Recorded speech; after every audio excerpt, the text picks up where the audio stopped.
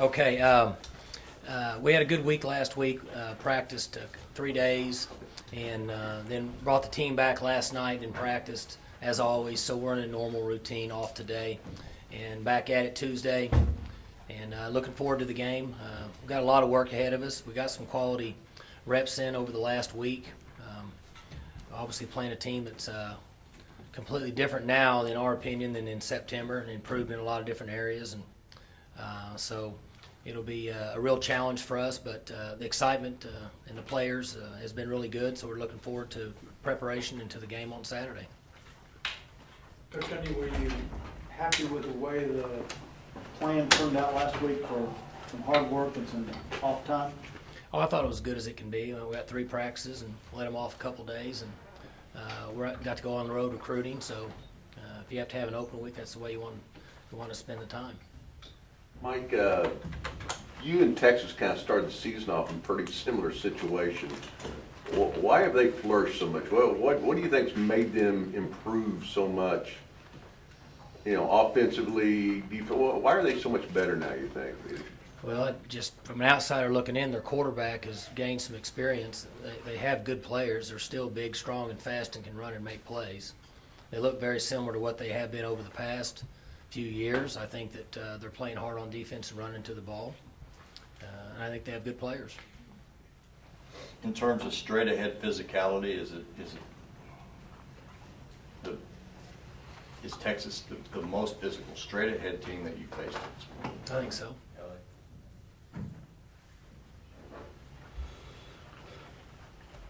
Have they evolved into that as the season has worn along, or?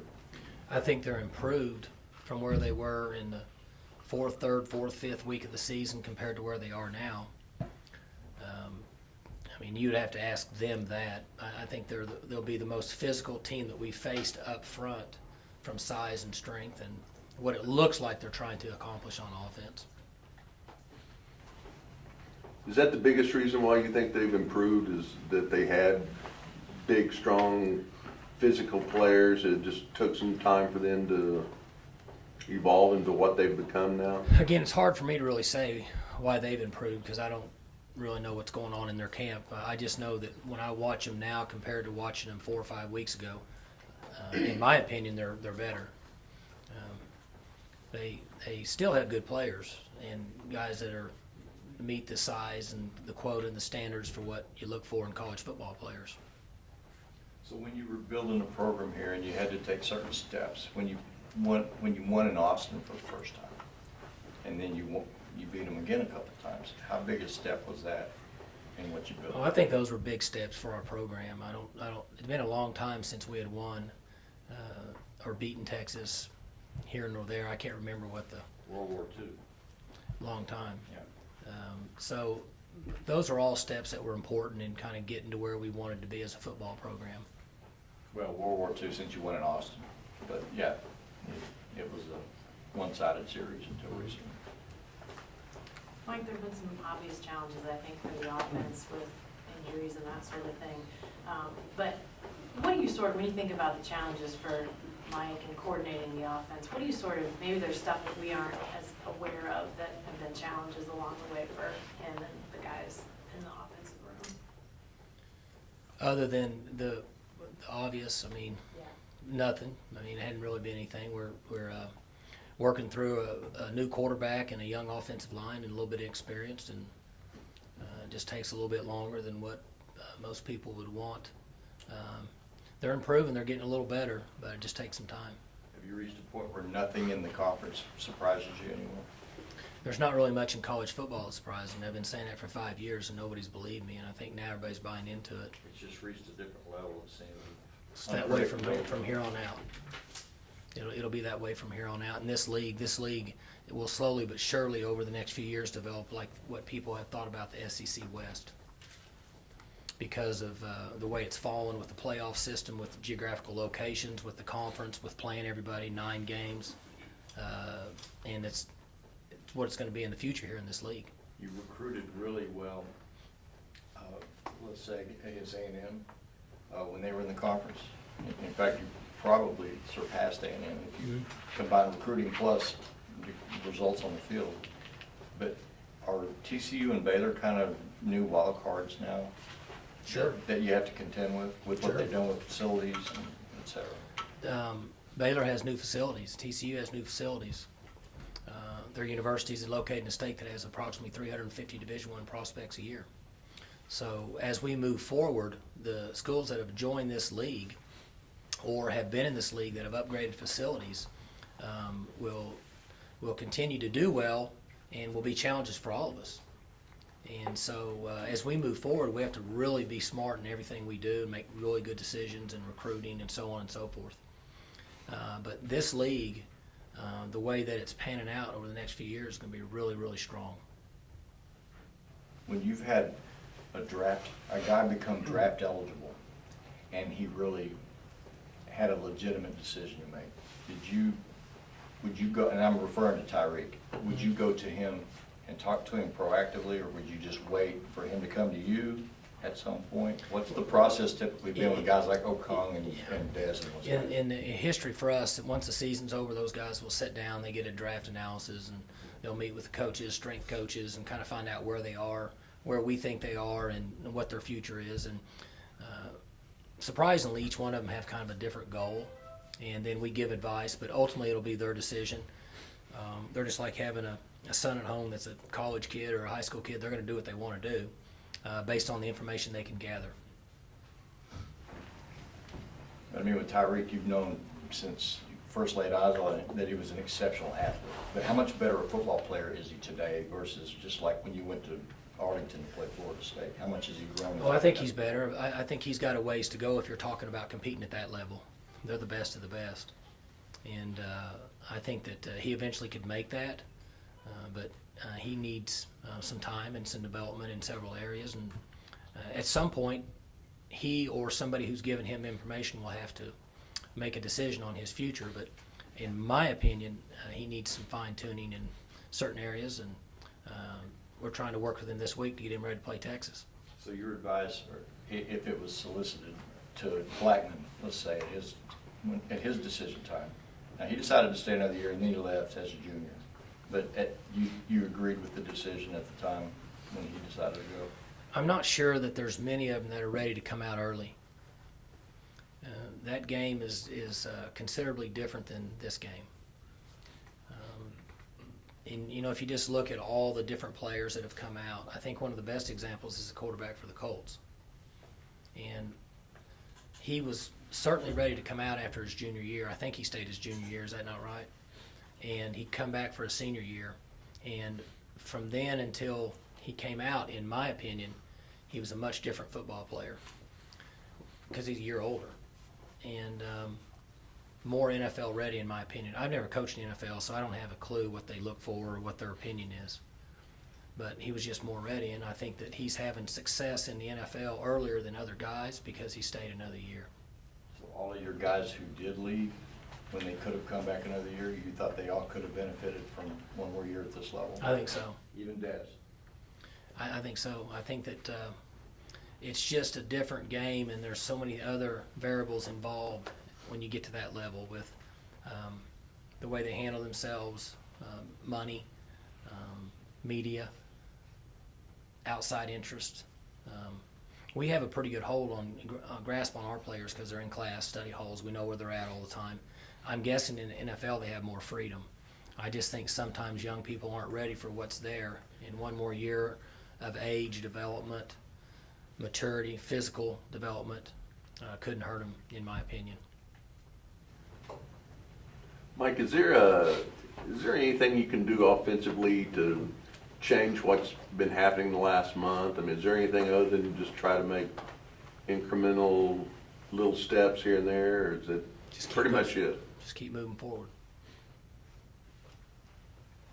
Mike, tomorrow's Veterans Day. You've got an ex-Marine on your staff, guy who played here. Give us a little insight into who Nathan Peterson's become. Well, he's a special person. He played and had more success than he should have at this level based on his height and weight. He's not your typical prototype defensive lineman, but he had a great heart and was a team player, determination, tough, all those things, which actually worked out good for him in the military. And came back and wanted to be a coach, and his work ethic and the habits and his everyday lifestyle is a lot different than other coaches. There's a demand, a physical and mental demand on coaching at this level, and it doesn't really faze him much. He came back from a bad injury too. Yes. Some guys are tougher than others. Guys get injured and can be out 2 weeks. The same guy can get injured and be out 5 weeks. Just depends on pain tolerance. Everybody's different. It just depends on their mental makeup, and he's kind of a tough guy. Mike, has there been much emphasis at all put on the fact that you get one more win and you're bowl eligible in terms of talking about that with your players, or do you make that one thing, bowl eligibility, do you make that a big deal with them when you talk to them? Haven't really talked about it. It hadn't been brought up. I think they just understand the importance of preparation. I can't imagine with the world we live in today that they're not aware of it. But we just talk about the next practice and trying to get better and work forward and prepare, and then go play hard on Saturday. Mike, one of the cornerstones of your program has been, in fact, I can almost hear you saying it all the time, even during games, attitude, body language. How do you feel? This team's going through some things that your teams haven't in a while. How do you stack up the attitude and their body language in I've been practice? good. If you watch our games and go back and look for things in those areas, you won't see any players that have a bad attitude, and there's no confrontation between themselves. There's no confrontation between the players and coaches. They continue to allow themselves to be coached, and I think that relationship's is gone very well. And I haven't seen anything that would concern me. They understand the importance of controlling their attitude and their body language, because the talent level is a non-factor in those situations. Everybody has a chance and a choice when they control their attitude and body language. And I think our players have done good up to this point. Coach Gundy, Saturday night, senior night, I think I counted 18 seniors. Everybody's made contributions. Some of the guys have made really significant contributions to the program. Well, it's like always, it's hard to see the guys go. And some of them have a chance to move on and play football. Most of them get a job and go out there in the real world. But hopefully the time they've spent here with us has prepared them to go out there and contribute to society and do things that makes them happy, and then come back on homecoming and be glad they came to Oklahoma State. What's that like for you on that night when you're standing by the tunnel and you got the ball and they come out, take the picture and give them a hug and say something? Yeah, it's one of the few times or days or moments during the year that actually affects me emotionally. Most of everything else that we do or I do is pretty much routine in doing this for 25 years. But to have players that have committed themselves and paid the price and gone through everything it takes to be a college football player, to see those guys leave is hard at times. And it's one of the few days it's actually emotional for me. What was it like for your senior day? Do you remember? Oh, I don't know. It's been so long ago. It's almost, I don't even know how long ago that's been. I don't really remember. I just know that we were on probation then, and so we didn't have an opportunity to go to a bowl. I remember that part of it. Speaking of the bowl eligibility, what would the impact be if you don't get the eligibility? How does that affect you in terms of, does it affect recruiting at all, or how do you look at that? Affect me or recruiting? The program. Oh, I think you lose practices, but other than that, everybody wants to go to a bowl, but you can't allow it to affect you because you don't have a choice. In the last month or so of the 09 season, you had a hard time scoring, and Zach got dinged up. He had everything, shoulder, ankle, some of this. Anyway, but after the season, or maybe even during the season, you evaluated and then you kind of went a radically different direction when you hired Dana. I was just curious, did that process kind of start maybe in November, October even, or was it all a postseason and evaluation by Mike Gundy and then you went a different direction? The latter was postseason, and felt like that Brandon Whedon was our best quarterback, and Dana was the best guy for that style of play, because I didn't have a history in that style of offense. I mean, I can see it and learn it and look at it, but I don't know the ins and outs of it. So you score all these touchdowns, 300 of them over 4 years after you hired Dana. now you're having a hard time scoring touchdowns again. So is it strictly circumstantial, injuries, youth, Dax being inexperienced, all of that? Or do you think maybe you might be due for another philosophical adjustment? Well, I think we Or scored a lot. change of direction, I guess? If you look back during those years, we had key positions of guys that are NFL players. Starts with the quarterback. We had an NFL quarterback. We had multiple NFL running backs, multiple NFL receivers, and NFL offensive linemen. That helps a lot. So you don't, so the system ain't broke, it's just, you just gotta plug more NFL guys back in those. Well, we were just young in certain areas. And Dax is coming along. Dax is still was our backup quarterback. We brought him in the middle of the fold, and we're trying to make some adjustments. Mike, one of your seniors being Desmond Rowland this week, with everything he's been through this year, battling through injuries, losing his mom, how has he kept a level head through it all, and how has he been a leader for you still? I think he's done fine. He's, he's not really been injured as much as what he has been in the past. He's been fairly healthy. Losing his mother, I can only imagine what he's going through. And so he's back and with the team, which I think is the best thing for him. In my opinion, when you have a situation like that, the sooner you can get back into an everyday lifestyle is beneficial, and our team's embraced him, and he seems to be doing very well at this time. Anything else? Good. All right.